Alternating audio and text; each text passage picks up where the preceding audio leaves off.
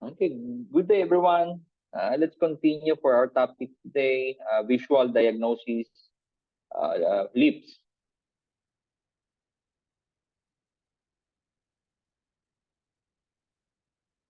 Visual diagnosis of the lips. In general, the lips are an aspect of the stomach and spleen, but they will also give an indication of the condition of blood in general. And they can indicate the presence of heat and cold in the body. Dumai, renmai, chiangmai, and the large intestine, liver, stomach, and kidney channels all course around or connect to the lips. This means that the state of these channels can also be seen in this area. Blood is almost directly visible in parts of the body, such as the lips, where the skin is very thin and delicate. Blood deficiency can manifest with lips that are pale. This is this is because there will be too little blood to give lips their characteristic rosy red color. The lips in this situation will also often be dry due to the lips not being moistened and nourished by blood. A tendency to blood stagnation can be seen when the lips are more purple in color. This is because blood is moving slowly and is not replenished with the fresh blood. This is similar to Western medicine, where the lips will be darker in color when there is poor blood circulation and the blood lacks oxygenation and is saturated with carbon dioxide.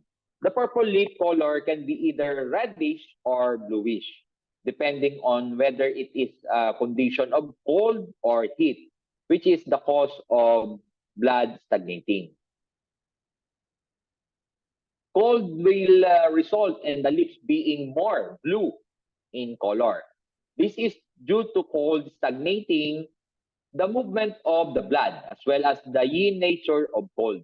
The yin dynamic of cold will cause blood to contract inwards to center of the body. This will result in a reduced flow of blood in the superficial networks of vessels found in the lips. This again corresponds to the Western medicine physiological explanation of how cold affects the body. When the body temperature is lowered or the body is cooled down, there is a reduced movement of the blood in the superficial blood vessels. This is the body attempt to reduce the dissipation of heat to the external environment, thereby helping to keep the vital internal organs warm. Very red and full lips will indicate a condition of heat. This is due to heat increasing the circulation of blood and sending blood outwards and upwards to the surface to cool it down. Again, this is an expression of intrinsic nature of yin and yang, where heat is yang and thereby has an upward and outward expansive dynamic. A temporary state of heat can be seen during sexual arousal. Okay, when a person experiences desire or arousal, Mingmen blazes up. This generates physiological heat in the body and can be seen in places such as lips and nails. For centuries, women have imitated this signal by painting the lips, cheeks, and nails red. If the woman is wearing lipstick during the consultation, it will, of course, hamper the visual diagnosis of the lips. The lips can have a yellowish hue when there is damp present in the body. Dry lips will logically indicate that there is a state of dryness. This can be a local condition, in which case it will not have particular diagnostic significance, or it can be systematic dryness. When the lips are dry, the color of the lips will help differentiate the cause of the dryness. red and dry lips are a sign of heat, either yin deficiency, heat, or excess heat. The lips being dry as a result of the heat damaging yin fluids. Pale lips are a sign of blood deficiency. Lips being dry because yin blood is not moistening them. If the lips are very dry, the surface of the skin can crack. Using lip balm will, of course, veil the dryness of the lips. But the fact that the person needs to use lip balm can in itself be a diagnostic sign of dryness. Very moist lips indicate that the transportation of fluids is disturbed, as in an invasion of wind cold or when there is yang deficiency.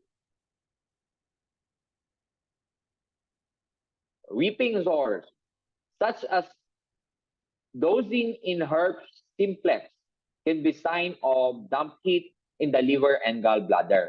When heat is the dominant pathogen, this is because the heat will rise up along the liver channel to the mouth. If dampness was the dominant aspect of Qi, it would be more like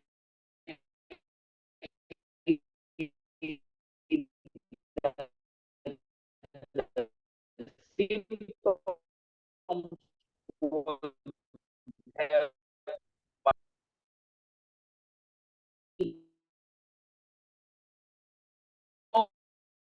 stomach and large intestine channel or yin deficiency. Heat may, in some cases, also result in sores around the mouth.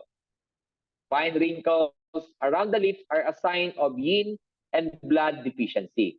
This is typically seen in postmenopausal women. This is due to renmai and chongmai drying out and no longer overflowing with blood and yin. Renmai and chongmai both circle around the mouth, moistening and nourishing the skin here. Observation of the lips. In observation, pale. The significance of pale is blood deficiency and yang deficiency. Very red, that is heat for both deficiency and excess. Purple, that is blood stagnation. Pale blue, yang deficiency, cold, blood stagnation. Bluish, cold, both deficiency and excess. Yellowish, obviously that is dampness. Dry, heat, both deficiency and excess. Cracked lips, heat, both deficiency and excess. Weeping sore, damp heat in the liver, invasion of wind heat or toxic heat. Stomach fire. Yin deficiency heat. Wrinkles around the lips. Renmai and chongmai are blood deficient and yin deficient. Inspection of the lips involves examining their color, moisture, shape, and bearing, which reflect the state of the qi and the body fluids. This will enable the practitioner to identify pathogenic factors and to make prognosis. Number one, lip inspection theory. The spleen opens to the mouth and manifests externally on the lips. The stomach channel encircles the lips. The large intestine channel curves around the upper lip. The liver channel curves around the inner surface of the lips, and the governing vessel, or dumai, circulates inside the lips. Hence, the condition of the lips not only reflects the functioning of the spleen, but also of the stomach, large intestine, liver, and governing vessel, dumai. The appearance of the lips is supported by the heart, spleen, and stomach. whose relationship to the blood gives rise to the lustrous red color of the lips. The kidney, lung, and spleen all provide the body fluids which are necessary to moisturize the lips and the spleen. And liver govern the muscles and tendons, which enable the lips to move flexibly. Okay, this is the physiology of the lips. Heart and spleen, heart, spleen, and stomach to the blood that is red color luster. With luster. Okay, kidney, lung, and spleen that is body fluid, moisture, luster. Okay, spleen and liver, muscles and tendons to flexible, and that is normal lips. That is this. This is the physiology of the lips. Number two, normal lips. Normal lips are red, lustrous, and moist, neither swollen nor atrophied, and neither deviated nor shaking. Their movement is free and flexible. Normal lip appearance reflects stomach qi deficiency, harmonized qi, and blood, and no disturbing pathogenic factor. Okay, number three, clinical significance of lip inspection. Inspection of the lips can help the practitioner to identify pathogenic factors and their thermal nature. Also, understand the condition of the spleen, stomach, and other sangpo organs. To understand the condition of the body fluids. And lastly, predict a disease prognosis.